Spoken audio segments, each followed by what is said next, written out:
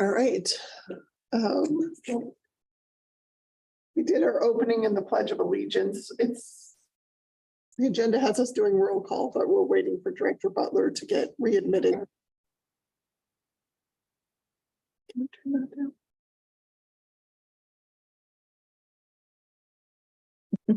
Sorry. So you can probably just do roll call with us, and then when he Okay. shows up, just say, let the record show. Yeah. Butler show. All right. So our roll call tonight, Director Ledoux, Director Kincaid, Director Carey, and Director Beach are here. Director Butler will be joining. Oh, Director Butler is now online. Can you hear me? Yes. Yes. I got a bad connection, so I'm gonna leave it off video and hopefully I don't lose you, but I'm here. Okay, perfect. Thank you. So now we're moving to item 3A, oath of office for our student representative. You want to bring that with you?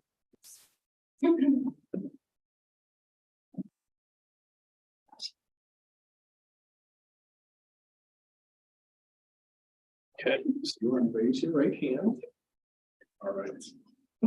So I state your name, I, Ava Arciniega, do solemnly swear do solemnly swear that I will support the Constitution that I will support the Constitution and the laws of the United States and the state of Washington, and the laws of the United States and the state of Washington, and I will faithfully perform the duties and I will faithfully perform the duties of the student representative to the Board of Directors of the Granite Falls School District 332, to the Board of Directors of the Granite Falls School District 332, according to the law, to the best of my ability. according to the law of the best of my ability. All right, congratulations, Ava. And welcome.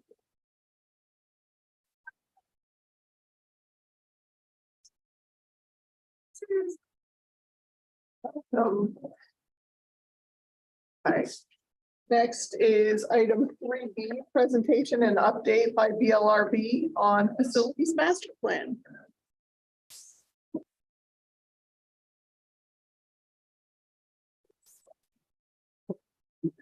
Hello, can everyone hear us? Yes. Same here. Great. Hear me? Yes. Thank you. I'm Greg with BLRB, and that's I'm, Bob. To my right or left, I'm not sure, but I yes, know. Bob. Sarah was on the call. Sarah's another member that's been helping. And I know she's trying to log in. I think she joined as an attendee versus being promoted, if that makes sense. Somebody in the tech world know what I'm saying? Yeah, she's been asked, she's connecting with supposedly. Excellent. Well, thank you for having us. We'll go ahead and get started. If she, oh, there she's connecting. Great. So we'll just go ahead and get started. We'll keep this to about 15-minute presentation as we spoke with Superintendent Middleton and the executive team. We're just going to provide a very high-level overview of the process for the assessment and planning for Granite Falls. And then, of course, if you guys have any questions, feel free to stop us for sure. So thanks again for having us. We're just going to talk about the plan process, where we intend to go, where we've been, some of the recent efforts. Bob will share a very high level summary of the building conditions and the efforts that we did to get to that understanding. Sarah will just speak to the development of a building conditions list, and then we'll maybe wrap up with possible next steps and then questions from you folks. So that's what we've got. Very quickly, the process overview and this plan schedule that we have developed with the team is up in the upper left-hand corner in the red. We got started in early 2022. And then following down to the light brown boxes, we began the physical assessment and the due diligence of your facility. So we gathered information, went on site, did the building conditions and physical assessments. And right now in about September, we've developed a pretty detailed prioritization list for work with the committee to present to you at a later stage.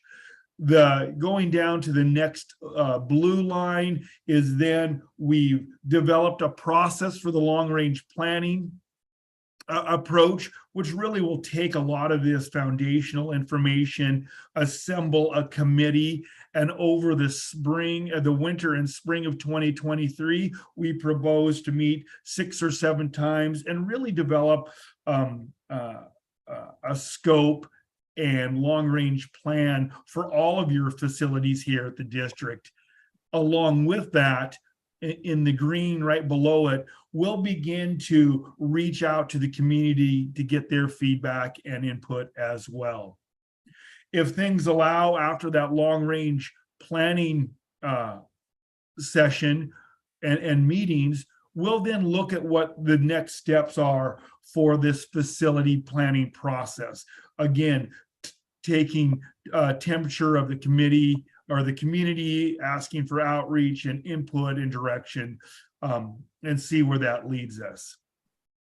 Just a little bit easier to understand. I know everybody's looking at a screen and that was very, very small. We are here in October, finishing up the assessments and the prioritization list for work with the executive team and the board. Possibly thinking about connecting with some key stakeholders, and we'll talk about that at the end of this meeting to get an understanding of the instructional adequacy of your facilities. We've really focused on the physical, and now we want to talk about programs and technology and learning environments and education, and then begin, if it's the right time, to develop a facility planning committee to help us look outward for 20, 30 years on your facilities. So that's the general plan and schedule that we've helped work with the team. I think, Bob, I'm going to toss it to you and allow you maybe to give an update on the assessments and that piece. Great, thanks, Greg. So I'd like to just say, it's kind of hard to plan for the future when you don't know where you've been. So it's a little bit of what we're currently doing that Greg's touched upon. So to date, we've been taking a lot of the drawings that you have that Dion afforded us, scanning them in, digitizing them into CAD programs, BIM programs.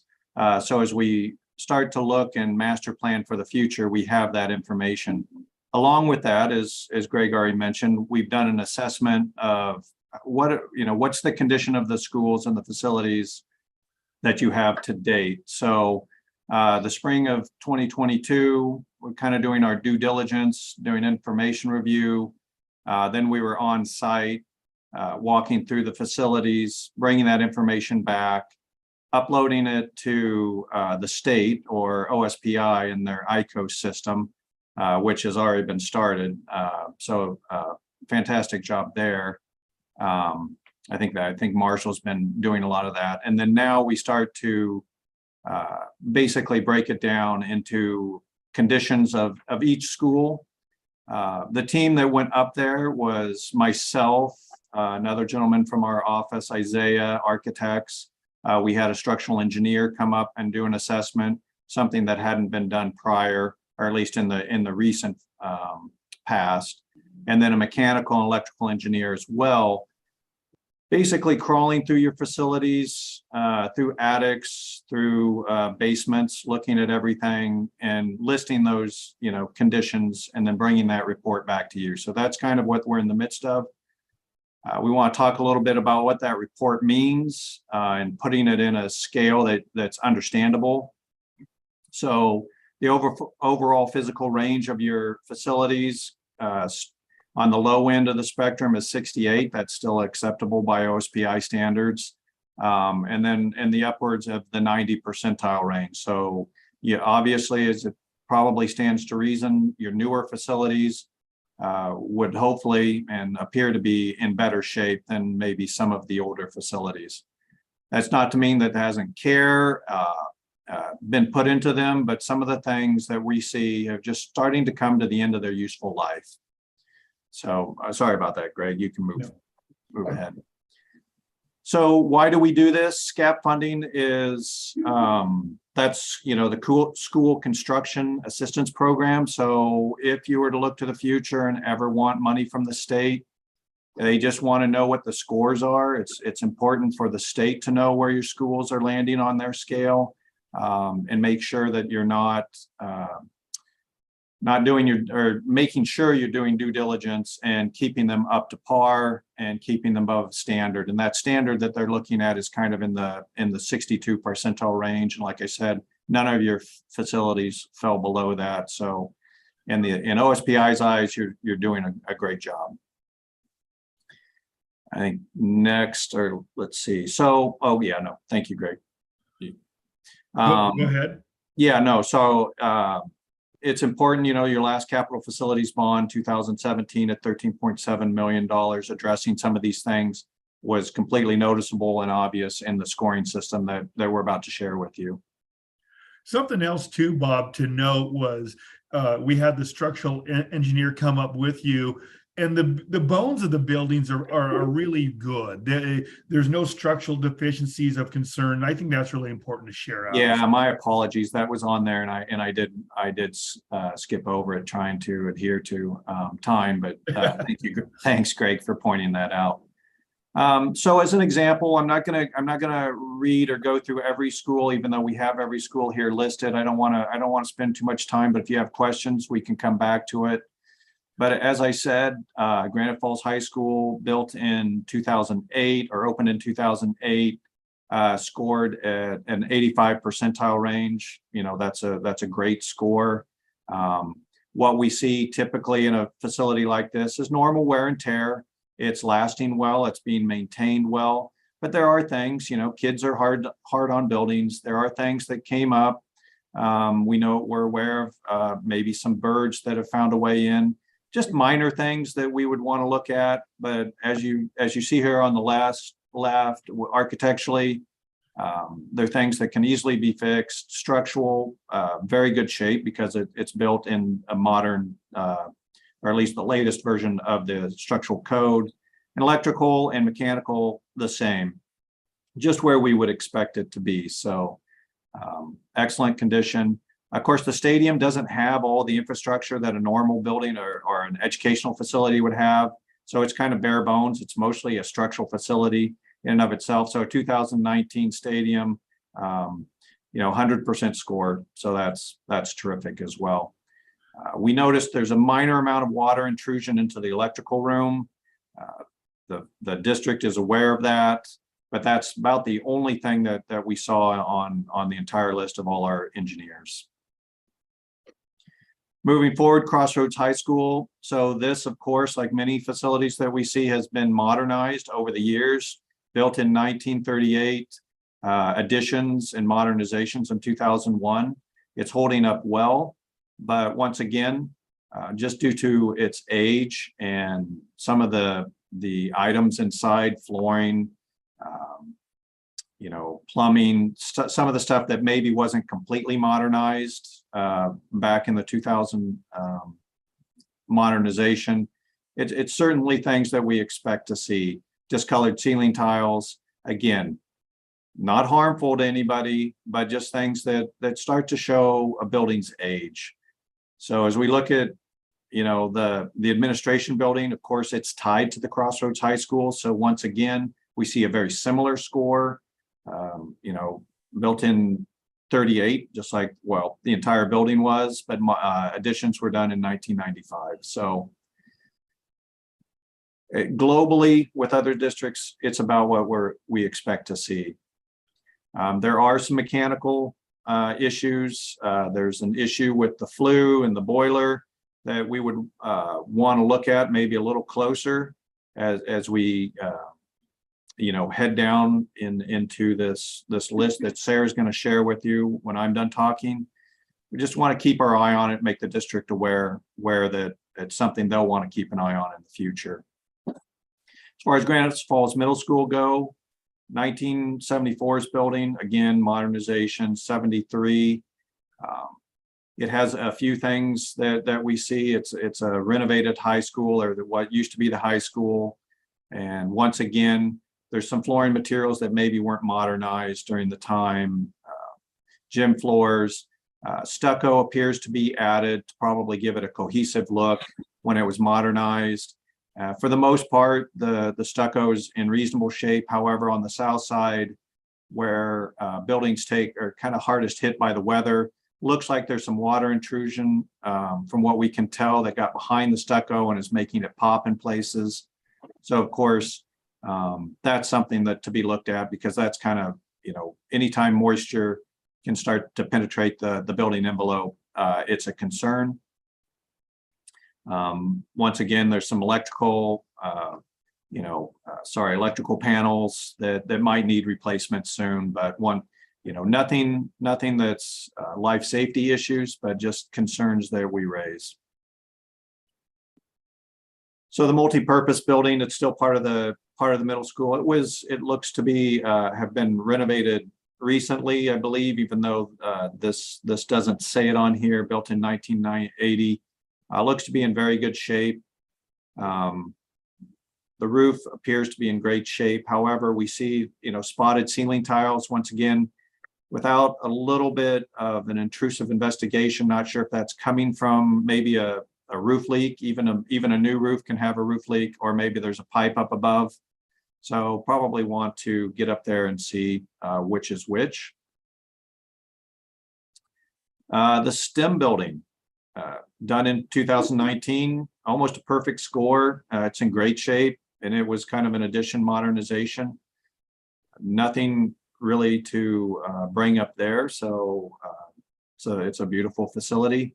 And then of course, I think anybody that's familiar with the Pop Rogers, also it gets an ICOS rating, or you see a rating here. However, for the state scoring, that is something that we did. So you can compare it to your overall facilities. However, because it's not an educational facility, it wouldn't be eligible for SCAP funding anyway, but it does kind of give you an idea based on your other facilities and lifespans of facilities, things that if you want to in the future, it could use some electrical TLC, same with mechanical. It's got a few ADA issues because of some modernizations and additions that were probably done in-house, which is okay, but if you're going to have students in there at any time, probably best to get those ADA requirements up to par. And then Monte Cristo and Mountain Way, built in the same floor plan, however, built a few years apart, have very similar needs, namely some exterior TLC, some paint, the VCT flooring, albeit in good shape. It's showing signs of wear, cracking, to be expected. Some ceiling tiles that are discolored. Once again, those are either coming from the roof, but more than likely maybe from some aging infrastructure, pipes that just need to be, the joints need to be looked at.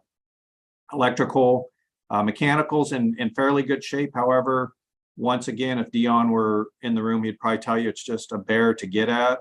There's not much room up there for somebody that's mechanically inclined to actually work on the fixtures and change out filters. So just to be aware of that moving forward. And then I think, Greg, this is pretty similar, albeit it's a little higher in scoring in the 80s, but Mountain Way, of similar ilk to Monte Cristo. So it's not surprising that we see many of the same factors. The maintenance buildings, again, ICO score, but not pertinent to the way OSPI sees things. It doesn't have near the infrastructure. Once again, they're mostly shells. They don't really have mechanical for the most part.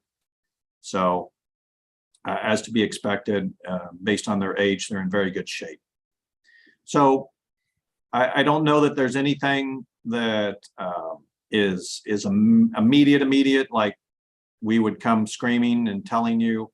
These are just things to be aware of. This is a very brief summary that we just shared with you. My apologies for running to it quickly, but I don't want to belabor anything, and you're certainly welcome to ask questions. But Sarah's going to kind of share with you now basically the next steps and what we do with the more thorough list.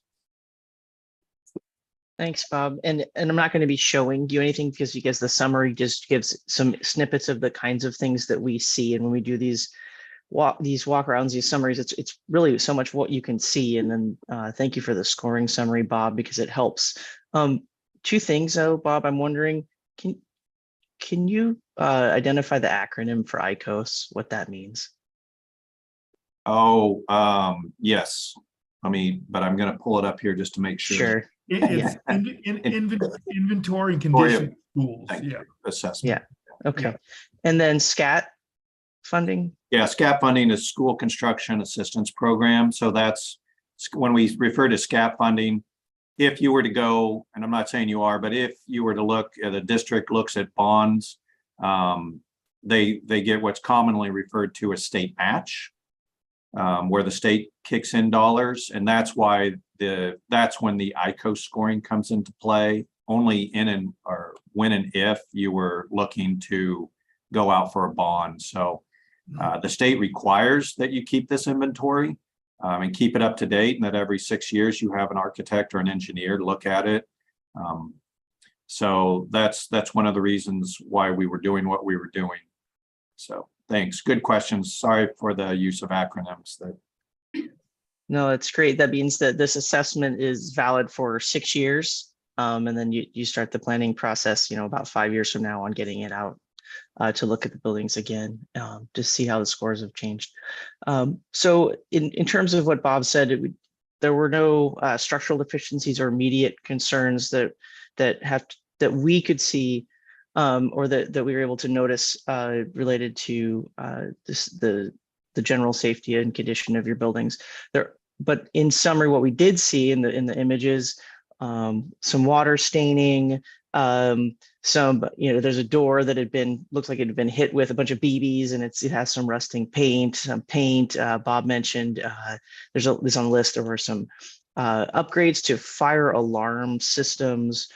So these are all things that are upgrades, improvements. These are not things that you tear down half the building to fix. The stucco siding, there's some remediation there. So although these items that this list, what's happening is we're taking this list that is from the summary, we're creating a long list of all the little checkpoints that we noticed and identifying what areas would a repair or remediation cover, and then providing a rough order of magnitude cost range to it. And in that exercise, we will then bring that to the executive committee and conduct a ranking exercise for which items are of the highest importance to start looking at repairs and or remediations and when. And that list is coming out. It'll be available to the board early next week, and then, or to the executive committee early next week. And after that review, then there will be a presentation to the board of what that means. But just in summary, the things we're looking at are cosmetic or involve, like I said, remediation now to prevent issues later that might be bigger. Like if there's some water on electrical panels, we want to make sure that those panels are maybe updated. And then like stucco siding, get that repaired. It goes to the longevity of your building, durability of your building, things like that. So we'll be looking at a list here next time we come see you that just reports back on the hierarchy of the findings. But things that we see now are everything listed is something that could be done now. It's just a hierarchy of how soon you want to do it. Flooring is more of aesthetic and pride, and that is a big important part of coming to school and how the school is presented to the community. But it doesn't necessarily have the same immediacy as repairing some siding or windows. Something else that'll be recommended is electrical upgrades. And those have to do with your energy conservation and consumption, which reduces your operations budgets. So just wanting to prep you for that coming up. So thanks, Greg. Yeah, oh, real quick, Sarah, that was a great summary and it just reminded me of one thing, right? Often these buildings, the older buildings are built under a certain code. Right. And so therefore, some of these things that are noted as deficiencies weren't really deficiencies at the time. They're just noted that as you modernize, as you look to the future, there are new code cycles, better life safety standards. So if we start touching these buildings to a certain degree, then we want to bring all those up to modern day or, 2022 codes. So that's some of the things that you're going to see on this list that would be triggered. And then just to wrap up, thank you for your time. Just a snapshot, as important as anything is your enrollment history, cohort projections, and as you can see, steady growth over your school district, which is probably not surprising to any of you. But then that starts to talk about class sizes, capacity, and those types of things. And so we'll want to address that as we further assess your facilities. And then finally, just some thoughts on some next steps, and then we can open it up to questions or comments. Is, as Bob and Sarah have been really clear about, we've looked at your physical conditions of your facilities. The next steps that we might suggest highly is spending a little bit of time with your key educational stakeholders, an administrator, and a curriculum leader, a principal at each of your schools, to talk about the instructional adequacy, the educational environment, the capacities, the programs, the technologies that are really important and vital to the success of your students. So, because not only do we want to assess the physical conditions, we want to assess the educational environment, instructional adequacy. And then, as Sarah mentioned before, as we complete and finalize this facilities deficiency list and prioritization task, it's probably best, because it's fairly comprehensive, is to schedule a work session with you folks to be able to walk through, talk about it, talk about the conditions, the prioritizations, possibly looking for 2023 summer work that could be a small works projects over the summer, and looking towards the long range facilities plan. So those are the summaries, the next steps, and the conversations. I'd welcome questions, comments, or clarifications. Thank you, board. Yeah, real quick. So you mentioned community outreach. What does the process for community outreach entail? And what do you expect to get out of that? And how does that alter your findings or your suggestions, I guess?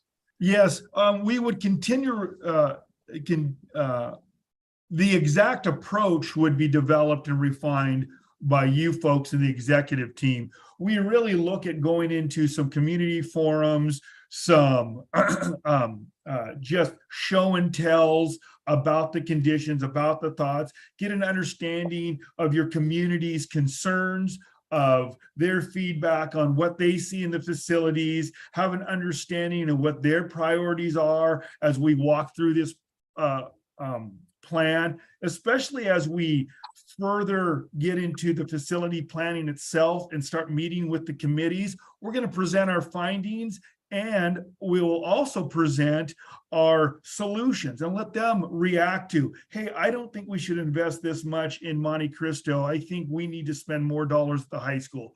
It's just getting that kind of feedback, because it really then starts to craft a community plan above and beyond just the district. That's what the kind of feedback we'd look for. Okay.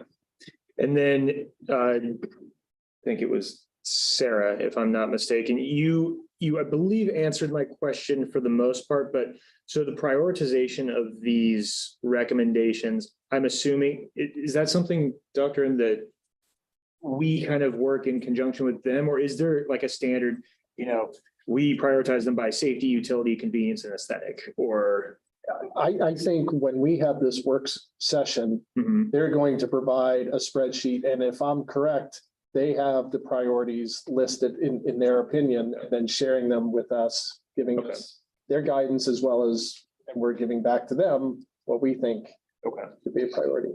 Okay, and how does that intertwine with the community outreach from a timing perspective?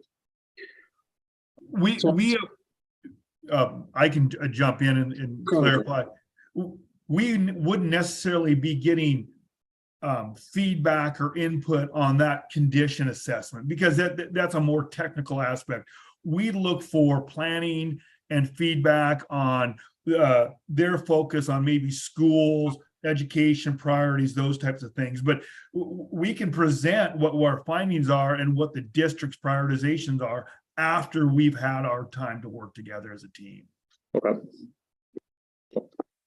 Yeah, the community outreach is more focused on what you see at the top of the screen, the instructional adequacy conferences and the results of that than the needs assessment.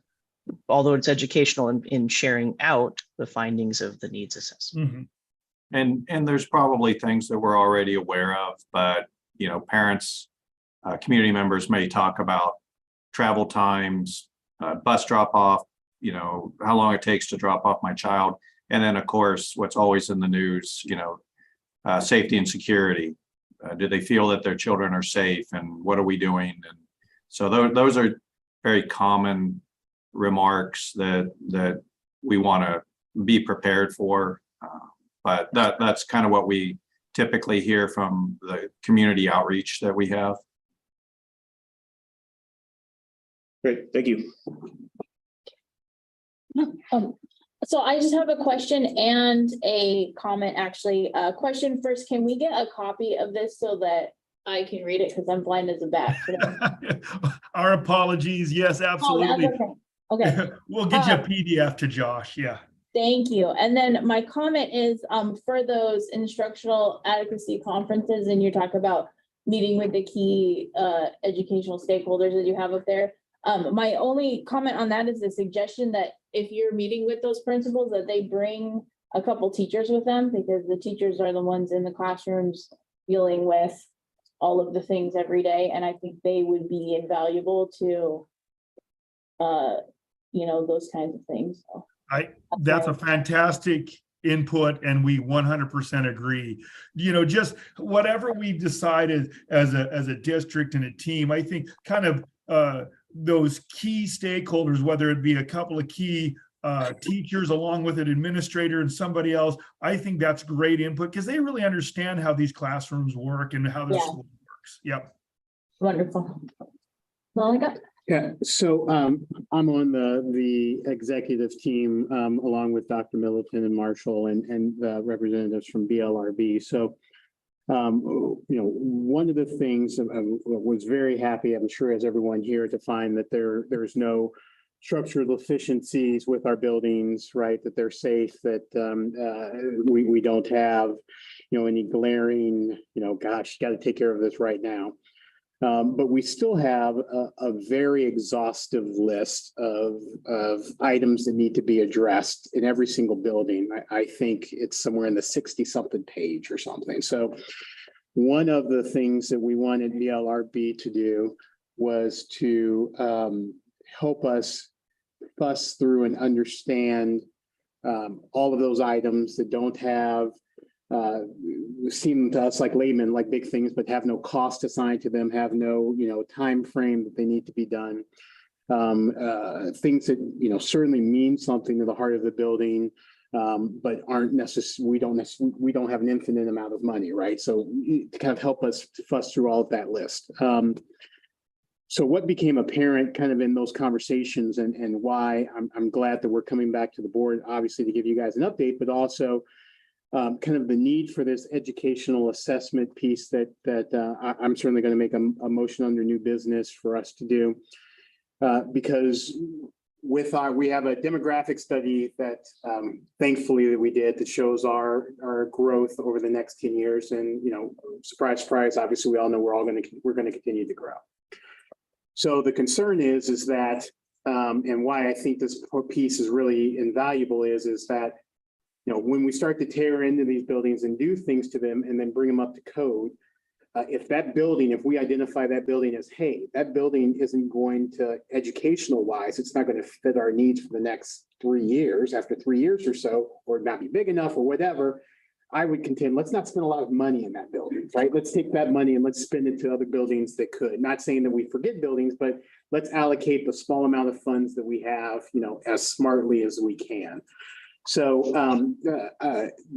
as we look at that, as BLRB helps us fuss through that list, as they start to talk about the educational adequacy and meeting with teachers and principals, as Director Kincaid says, I think that helps us kind of holistically understand the whole picture. So then again, so that we can spend our money kind of in the best places possible, I think is really going to be key. And then, who knows kind of where we go outside of that. I would certainly, my guess is that there's going to be buildings that certainly don't meet our needs long-term, but they'll help us figure all of that stuff out. So that's kind of my hope on where we as a board will kind of release BLRB to kind of take that next step. And then in turn with that, once we get all of this stuff done, there's going to be a ton of stuff for us to digest, right? And we're really going to need to have a board study session, maybe a couple, where we only focus and talk through all of this stuff and understand it and really kind of dig into the meat of it. So I don't think we necessarily need a motion for anything like that today, but just kind of an acknowledgement that's definitely where we're going to need to go. And then, then we can kind of talk next steps from there. So that's all I've got. Corey, is Director Butler waiting to get back in? He got dropped. No, he's not. Okay. Yeah, he said he had bad cell phone. Yeah, he had bad cell phone service, so I just wanted to check if he was waiting. Thank you. All right, any additional questions for BLRB? No. All right, thank you very much. Appreciate your time. Thank you. Thank you, guys. Thank you. Thank you. All right, next is, I lost my, board comments, 3C, board comments. Who would like to go first? Peter, you're looking at me. Yeah, I can start it off and get on the line. Just since the last board meeting, railroad days. Once again, I feel like I'm regurgitating that week after, or bi-weekly, that I'm excited that people are back seeing each other. Which is, I'll reiterate it again. I love seeing everybody on the railroad days. A lot of faces. It was fun being at the booth, shaking hands, kissing babies, all that fun stuff. And the parade too. It was great to see everybody, involved, candy being thrown, really loud whistles or whatever those were, scaring us all half to death. Yeah, the horns and stuff, scaring us half to death. But that was great. And I just invite everybody once again. I'll keep plugging this. This will probably be my thing every bi-weekly is volunteer, right? Get out where you can, help where you can. We obviously all love being around each other with something, like that. And so come in, help your kids. If you don't have kids, come in and help others' kids, right? Get out there, help out, because there's never too much thing as too much help. And if we have too much help, that's a great problem to have. So that's it. Thank you. Director Kincaid. Well, Peter kind of said everything that I had to say, really. I mean, railroad dates was awesome. My kids had a lot of fun. I had a lot of fun. It was fun meeting a lot of people at the booth and all that kind of stuff. I'm excited for all of the fall events that we have coming up. So that's pretty much it. Director Carey. Well, I'm sad because I didn't get a chance to go to railroad days because I had to attend General Assembly and represent the district. But I heard my wife and kids and family were able to go, and they said extremely positive things about it. That's really all I've got. Thank you. Well, going last, now I know why Director. Oh, actually, I'm sorry. Yeah. You've been waiting. I'm so sorry, your first day. I only have a couple things. Homecoming is October 15th and our theme is Starry Night. We have our first homecoming assembly this Friday. And also, we have a home football game at 7 p.m. And the band will be playing their first part of their concert or competition music. So that'll be pretty cool. And then we have a girls' soccer game this Friday against Cedar Park Christian. Thank you. All right, so now I really am last, and now I can recognize why Director Butler would always be last and be like, well, I guess I also attended Railroad Days, worked booth. I was there during the parade part of it, so somebody even gave me some fruit snacks, so appreciate that. I gave them away, but anyway, there's that. I also gave away, and I hope with an invitation to as many as I could, the passes for families to attend the football game or any of our sporting events. The family passes that went out. So I hope that we'll see families coming out to cheer on our athletes in any of the sports that they choose, including the game that Ava just mentioned Friday night, and to see the band as well, because I have 2 kids in there and they've been working very hard late into the evening, so, yeah. All right, let's see. 3D board survey. Yeah, the board survey is the thing that keeps on giving. We contacted WASDA and they have, I think now, 8 or 9 surveys. The 5 of you. So they are sorting through which ones. I knew it. For which, so. I kept sending out reminders. Yeah, and the funny part is somebody submitted one for me, and of course I don't submit one. So, yeah, so they said, oh, superintendent one, we got that, and Josh isn't supposed to do one. I said, well, I didn't do one. So anyways, we've been working with them, and so we'll be back. Okay, So yeah, that's weird. Okay. 4A district reports, WIAA. Yeah, so reiterate from the point from last meeting, there have been a few cancellations of some sports activities. The air quality is still of foremost importance. Hopefully, as we get into fall, that will start to dissipate and we'll get cooler temperatures and maybe some rain once in a while. I never thought I'd ask for rain so much in Washington. And hopefully, it can just put out that fire and stop all of this stuff. The high school is going to be bringing back Athlete of the Week and also including Coach of the Month awards. So we can start to see that. There's the 2nd annual Mountain Loop Classic. So it's the co-ed cross country meet, and that's this week on the 8th. Check with Mr. Maynard on some more details on that. But if you're interested, you can probably dive into that. And then the high school is officially adding boys golf to this upcoming spring. So that schedule is being created as a new sport to the district. Awesome. So that's all that I've got. Thank you. Community report. Yeah, so I've got a couple things. I'm still working on the Our Story thing, so I'll have you turn in pictures and stories and things like that so that I can make them. I had a rough week in grad school, so I didn't get it done this week. So starting Friday, there'll be a new one out.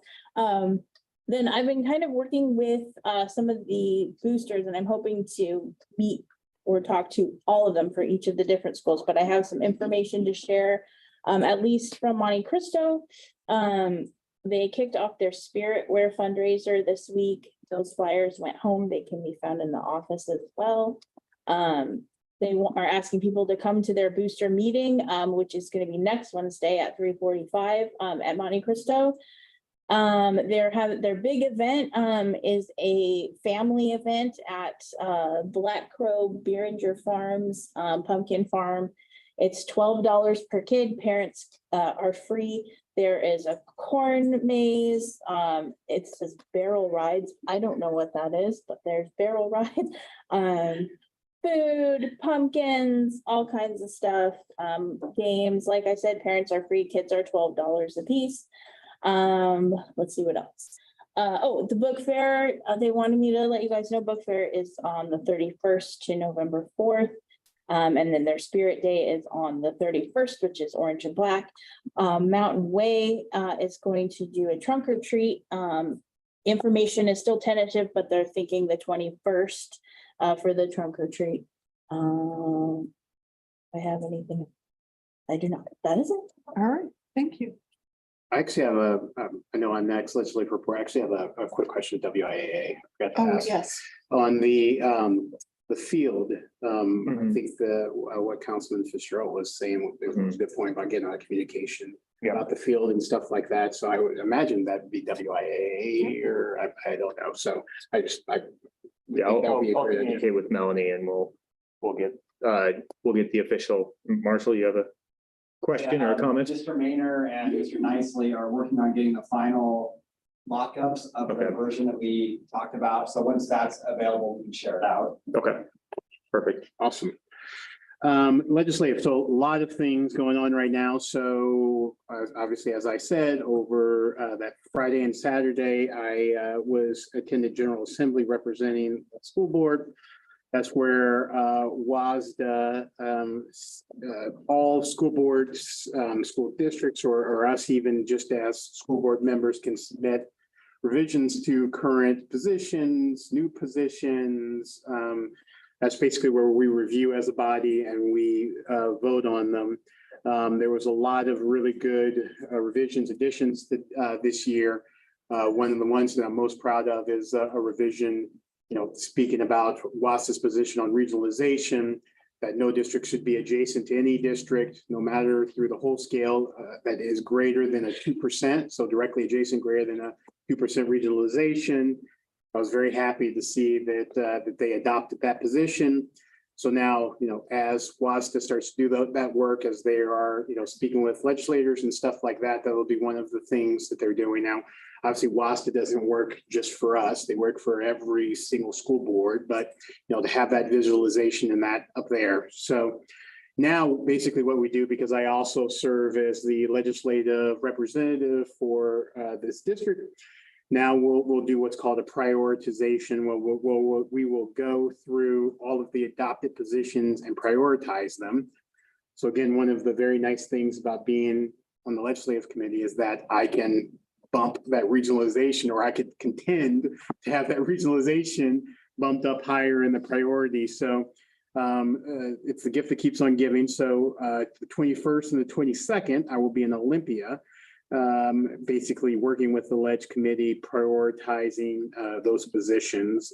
So obviously I'll have more to share after that. So I'll be there those 2 days, but really good stuff. I actually was encouraged because there at those general assemblies, there's usually a low participation, I guess I would say, from a lot of different school boards. But there certainly seemed to be a larger influx of school boards, especially on the east side of the Cascades. There were historically, in my opinion, my two eyes, there wasn't a lot of participation from a lot of school districts on the east side of the Cascades. There was a growing number of that this time, which I think is good. Because there's a lot of different priorities, needs of school boards. And I think a situation that tilts way to the west side of the Cascades, the Husky side of the Cascades, as I like to call them, it doesn't serve all of us well. So we need those opposing and sometimes different viewpoints, I think, to make sure that WASDA is representative of everyone. So that was really good. That's all I've got. All right, thank you. Next, items from the floor. I don't think we had anybody sign up, so now we're on to item 6, unfinished business. 6A BLRB presentation and request for next steps. Yeah, so I'll talk real quick here. So like I was saying, and is in our board packet, I would like to see us pass a motion tonight to have them move forward with that kind of next step, that educational adequacy assessment. Absolutely, as Director Kincaid said, with some some teaching leaders in buildings and stuff like that. And you know, that I think that's going to really allow us to paint a holistic picture and make good decisions with a relatively small amount of money. Did you have anything else, Dr. M, that you think we should talk about or do? Or I think that's the one motion we need, and then talking about a work session, that's not really a motion, just agreement when we want to do that. November probably is not great because we're in I think we only have one meeting that month, right? That's correct. Yeah. So our first meeting's on the 2nd. Although I'm sure I could find some time in November if I needed to. Will it not be ready for the October 19th meeting or around there pronounced? I don't, that's a good question for BLRB. I don't know. Okay, well then maybe we should kick it out a little bit. Actually, no, I won't be here for the 19th. And you don't want it, we definitely, there's going to be so much to talk about here. We don't want to do it on a school board night. Okay. So the first full week of November, that work at all? We have a meeting on the 2nd, but I could do, Between the 7th and the 11th? I could do the Tuesday, or the Thursday that week. The 8th or the 10th, what does that look like for you guys? November 8th, November 10th. Karen, did we, I can't remember now. Do I have it in front of me? Did we, are we, what day were we in? Oh, no, we're doing December. That's right. Okay. Yeah, so November, I'm open. Peter, does November 8th work? So long as everybody's okay with it being on election day. I'm looking at the same thing. Well, I generally put my ballot in the box. Yeah, Yeah, the 8th. yeah, 8th is fine. Should work. I can make the 8th work as well in the evening. The evening of the 8th, let's November 8th, let's schedule the BLRB working session. Okay. With that, I'll visit with them tomorrow. And then I'd like to make a motion to direct BLRB to proceed with the educational adequacy assessment. right, the motion's been made, A second? made and seconded, all in favor? Aye. Next, we are item 6B, the first and second reading to amend policy 3225, the school-based threat assessment. Any discussion? The only alteration here looks like it was the and/or, correct? Okay. We got clarification on that, so we're gonna go back to how it was originally written.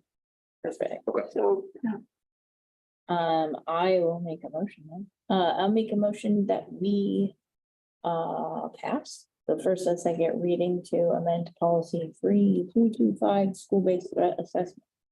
all right, the motion's been made to approve the first and second reading to amend policy 3225. I will second that. All in favor? Aye. Aye. Now we're, item 7A, follow up on the smarter balanced assessments.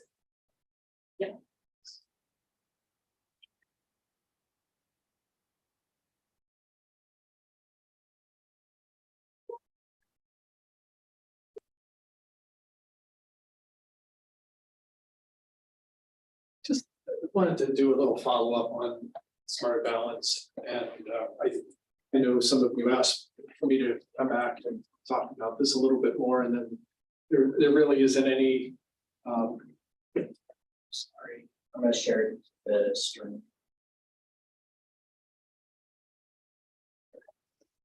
not really looking for any action tonight, just some discussion.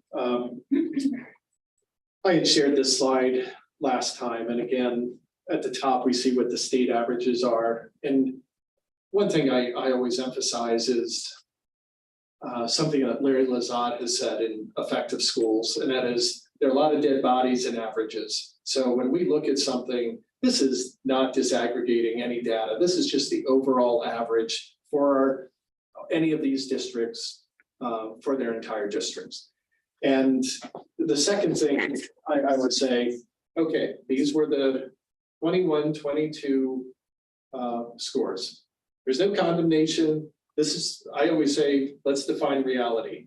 This is our reality. Let's build from there. And so you can see Granite Falls compared to the state. And I started, as I shared last time, looking at our local neighbors. I always look to Sultan and Lakewood because they're similar size. Darrington's is a 12% also in terms of regionalization. And then I just go through and look at all of those. I actually created a spreadsheet with all of the districts. And when we look at that for language arts and math, I believe I shared, I think you and I were talking, Carl, I think we were like the 14th or 17th percentile. So we're higher than 17% of the districts in Washington of districts that are 300 students or more.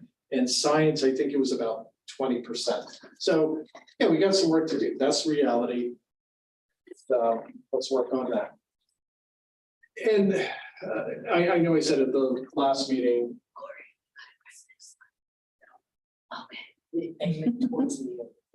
What's up? I think, button clicking. Aim towards him. At you? Yeah.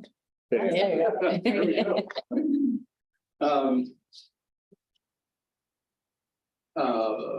Lost my thought. So what we talked about at the last meeting was, okay, where do we want to be? We're not going to jump up and be, in the Snohomish range right away. We're going to need to take some steps. So as I look at the state average, I mean, I think a district should at least be at state average. And so we're looking at, 16 points in ELA, 18 points in math, and 8 points in science. I would say for the next 2 years, I know I shared this last time, for 2 years, let's do some certain things. And I'll share that in just a minute. There we go. And then when I look at the schools, so we have the state at the top, and then the whole Granite Falls School District. Then we break it down by school. Now, of course, Mountain Way doesn't do SBA, but they're preparing students for that assessment in third grade at Monte Cristo. So you can see the individual scores. And again, these are overall averages, no disaggregation, no looking at subgroups. Just, this is one glance. It's really the role of those PLCs to be digging in deeply and say, okay, why are males scoring lower in ELA? What can we do as a group? And that's where great teaching comes along. They support each other and say, oh, this is working in my classroom. Okay, I'll try that in mine. I go back to the question and request from a couple weeks ago, and it actually added number 6, but again, we've got to be protecting our academic learning time. We are going to lose days. Ava shared about homecoming coming up. We know that day, or Halloween, Valentine's Day. Yes, you can tie some standards to it, but okay, we're going to lose instructional time on those days.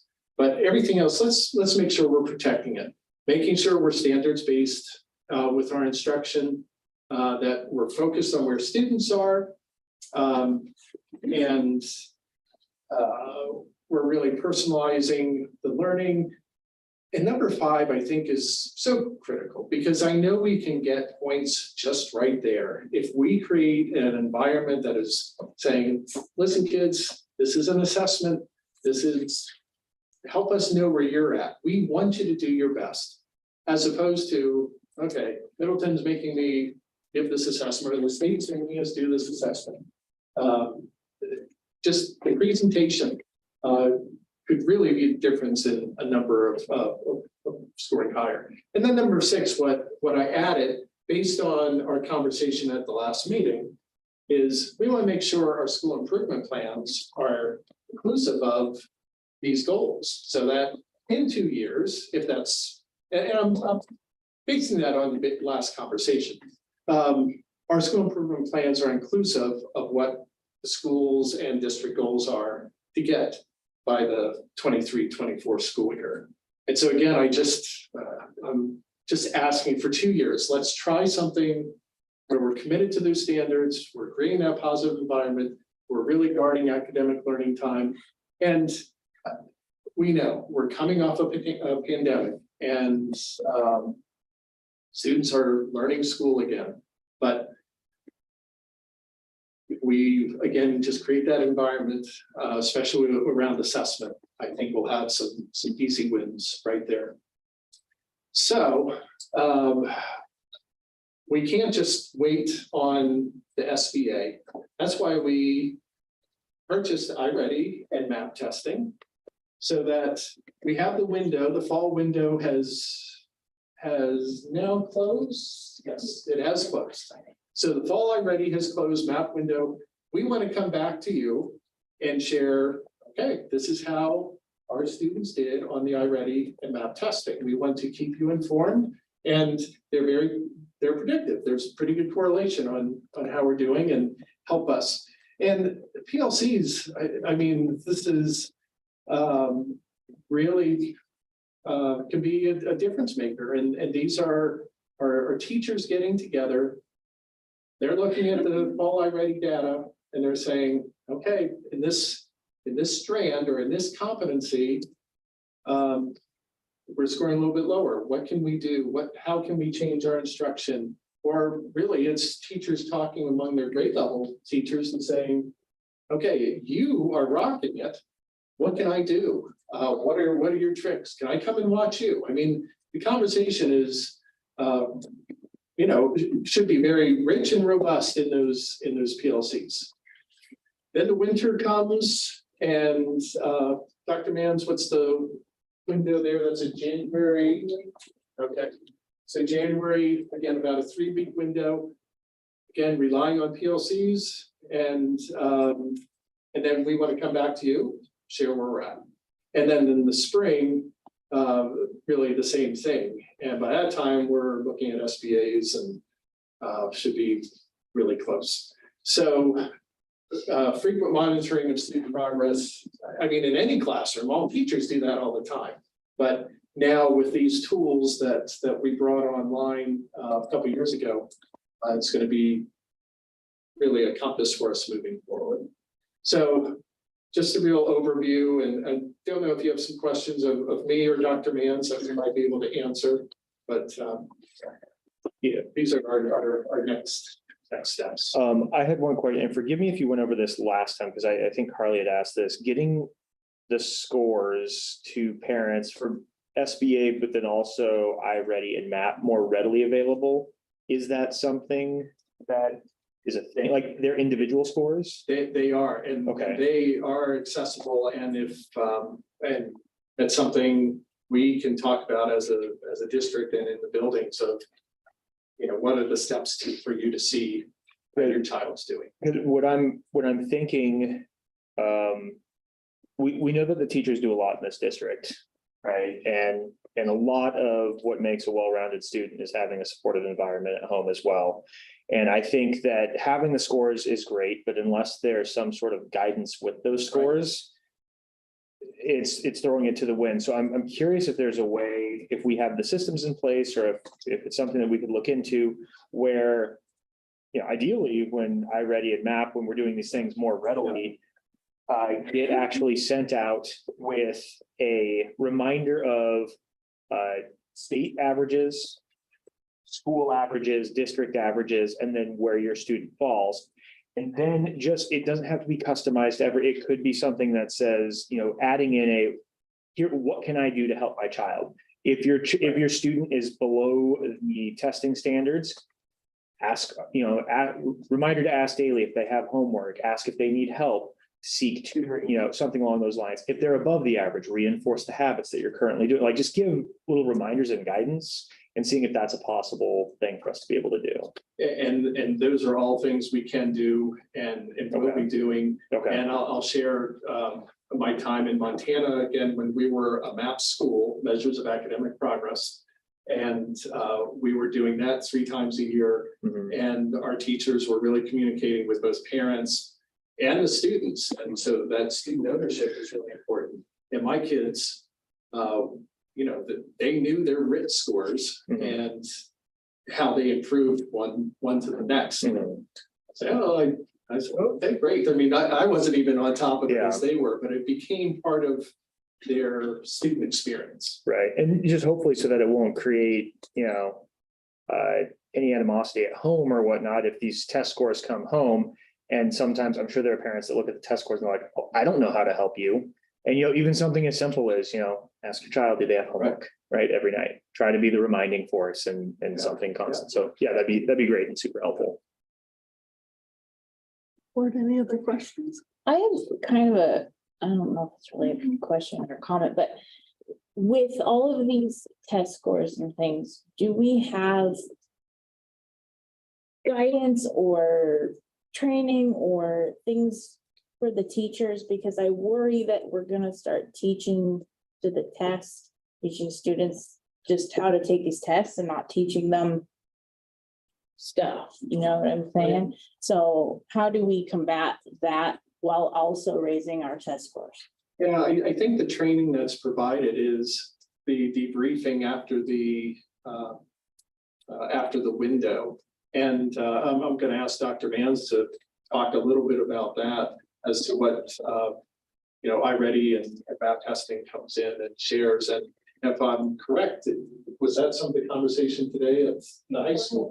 Yes, so the both of the high schools met today with the measures of academic progress trainers, and they reviewed all their data, and then they looked at different types of reports, and then they learned about how they could use that data to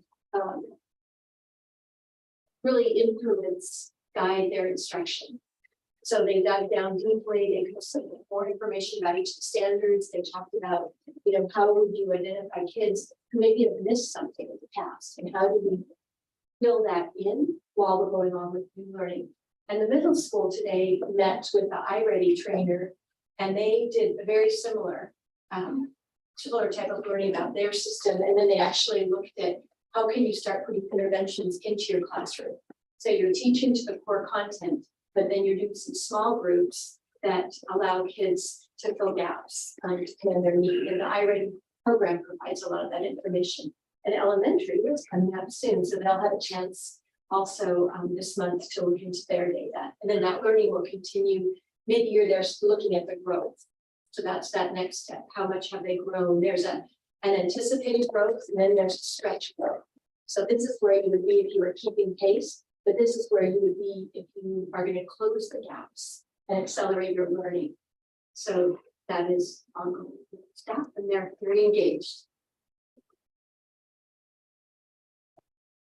Other questions? Yeah, I've got some stuff. So I feel like, if I said this last meeting, I feel like whenever the conversation related to test scores comes up, I feel like I need to accurately or appropriately represent in my mind and my heart where test scores fit in the grand design of schools. So because I certainly don't want someone or anyone to think that, at least for me personally as a school board member, all I care about is test scores, because there are ways to artificially inflate test scores, speak to the test, and those types of things. And I certainly don't want us to fall into that trap. Test scores are one of several different ways to rate, understand the performance of a school district or a building. The good news is that they're one of multiple ways. The bad news is that they're the only one that gets reported to OSPI, right? So OSPI doesn't provide information related to, basically anything outside of test scores. They just kind of plop it there, and parents, disseminate it the way they want to. They'll rate your school and all those things. When you go to Zillow, give your school a rating based upon simply that score. So they matter. I would argue that they matter as much as the whole, but they certainly matter. And one of the things that I've always been very passionate about is that, to understand a problem and to adequately address a problem, you have to understand the scope of the problem, right? So I shared last board meeting that, the reality of the situation is, short of, one school in Snohomish School District that has a very small enrollment, we have the lowest test scores of any school in Snohomish County. And I don't say that to put Granite Falls School District in a bad light. One of the things that frustrates me most about these test scores is I don't feel like it's an adequate representation of the performance of our district or our buildings. I feel like we're way better than this, and we've produced wonderful students, have gone on to MIT and USC and some of the best colleges and been unbelievably successful, and kids that care about people and their community and all of the things that you want to instill in students and future leaders. And I feel like the test scores, unfortunately, paint a much a very negative picture of us that I don't think is representative of Granite. But with that said, it's an issue, right? Comparing our test scores to any test score in Snohomish County, again, short of one school district, we're the absolute lowest. And I did this because I was just curious. So then I went to other counties. Again, I don't talk about this to put us in a bad light. I talk about it because, again, to address a problem, you have to understand the scope of it. And this is a significant problem for us. So I just looked at the school districts in Whatcom County. There are 7 school districts in Whatcom County, and short of one school and one criteria, our test scores are lower than every single one of them. Highland County, 3 school districts, our test scores are lower than every single one of them. Skagit County, 7 school districts, our test scores are lower than every single one of them. King County, huge county, 18 school districts.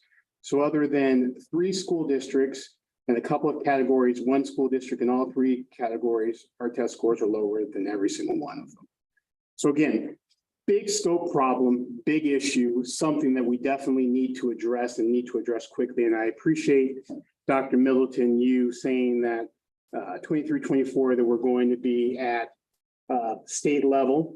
Obviously, the state level is going to change, right? So I think that we need to set in that progress, we need to set kind of like a moment in time, whether that's today or something like that, because we're 15 under in English, 17 in science, I'm sorry, 17 in math, 8 in science. So maybe we just say, we go ahead and we mark those as kind of as a moment in time.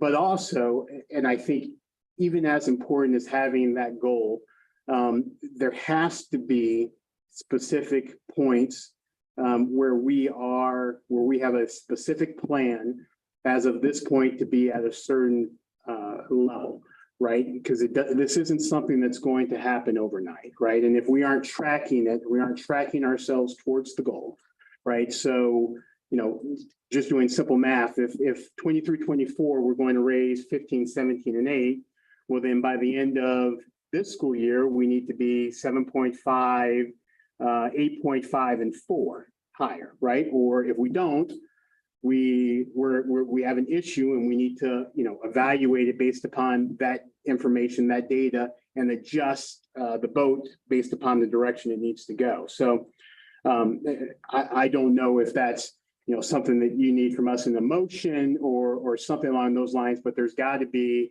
I think, those checks before we get to the 23-24 so that, we kind of know how we're going there.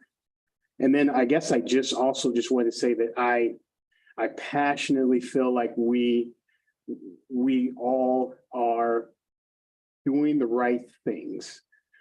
I think we just need to start doing collectively, working on the same page, right? I've been in classrooms, and I know teachers that are wonderful and doing amazing things for students.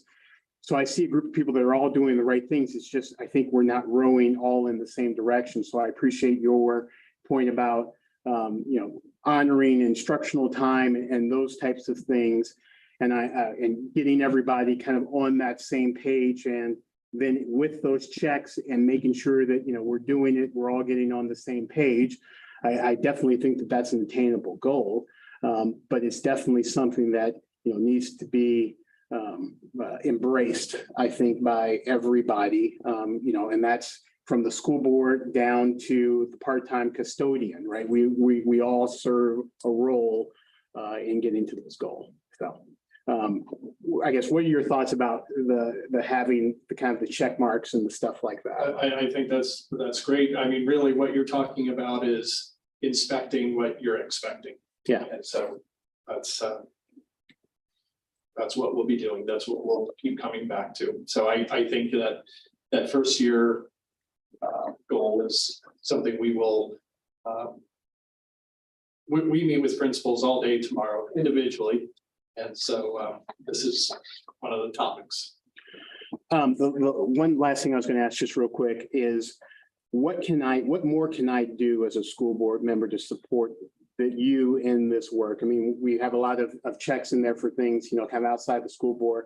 I want to roll up my sleeves and help. Obviously, I can't teach a class, but how can I support? How can I be more present? How can I be a cheerleader? How could I do anything in the purview of as a school board member to support this work?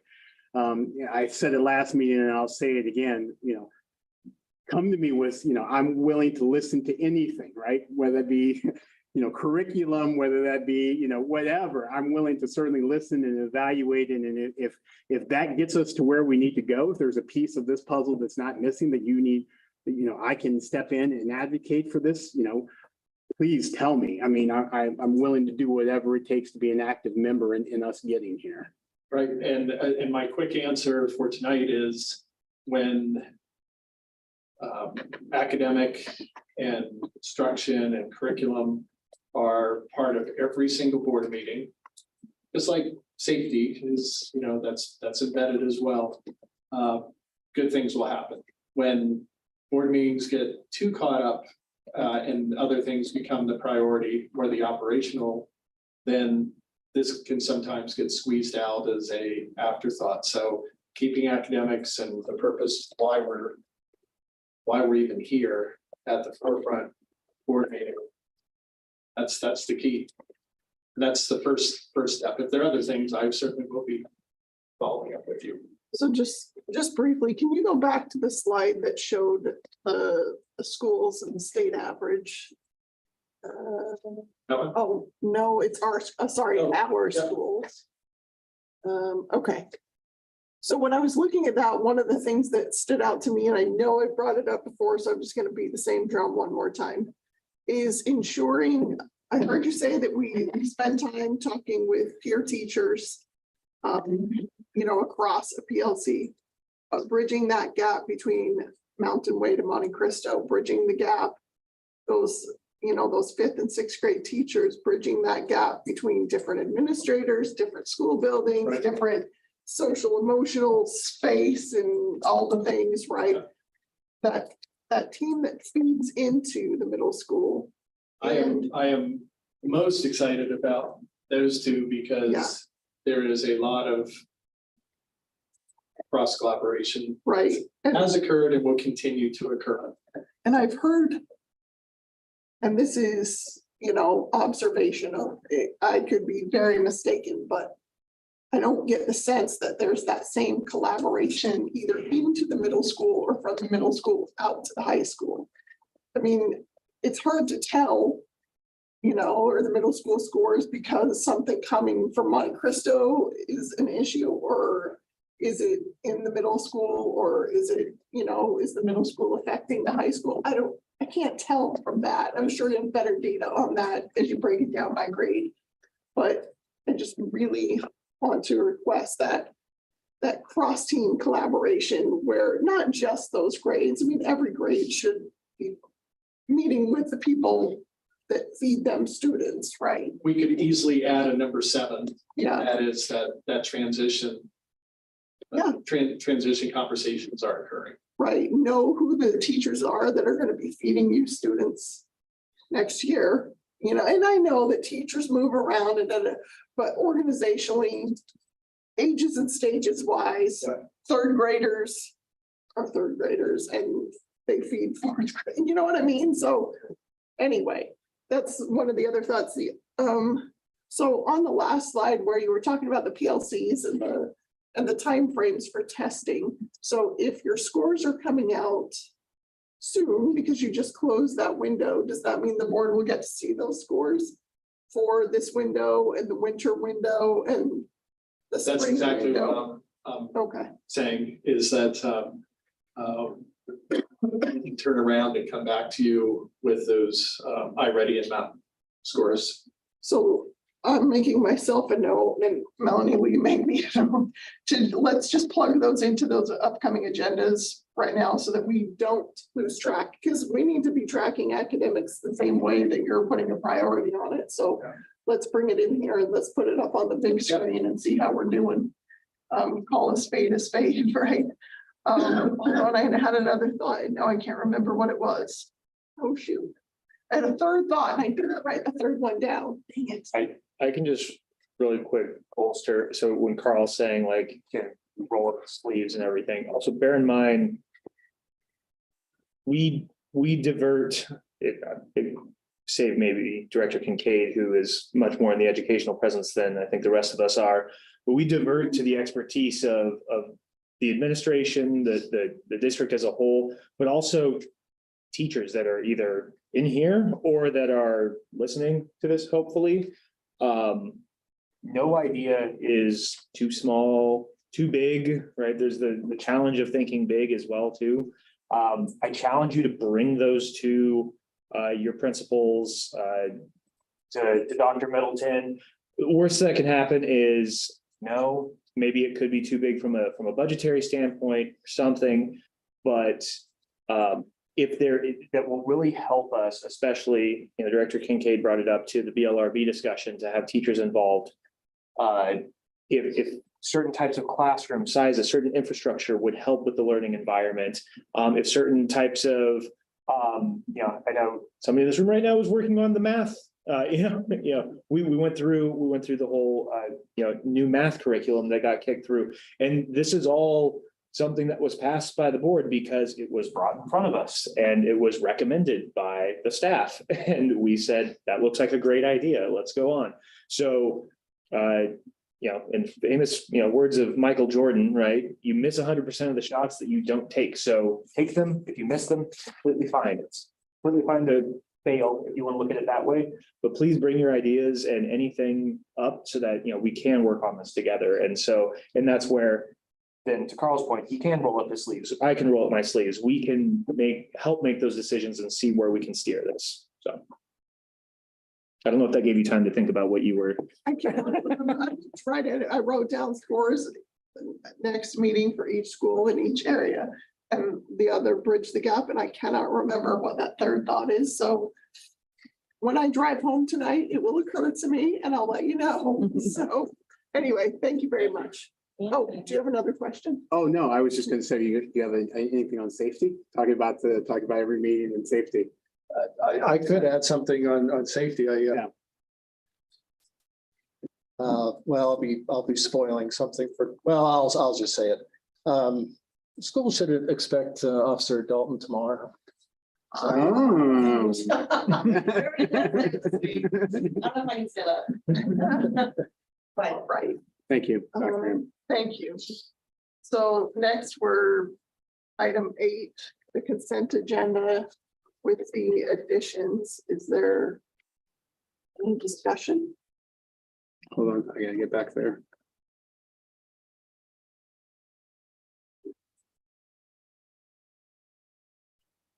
No, there was no, oh, wait. We had. Oh, gosh, Yeah. I keep clicking on the wrong thing when that comes there.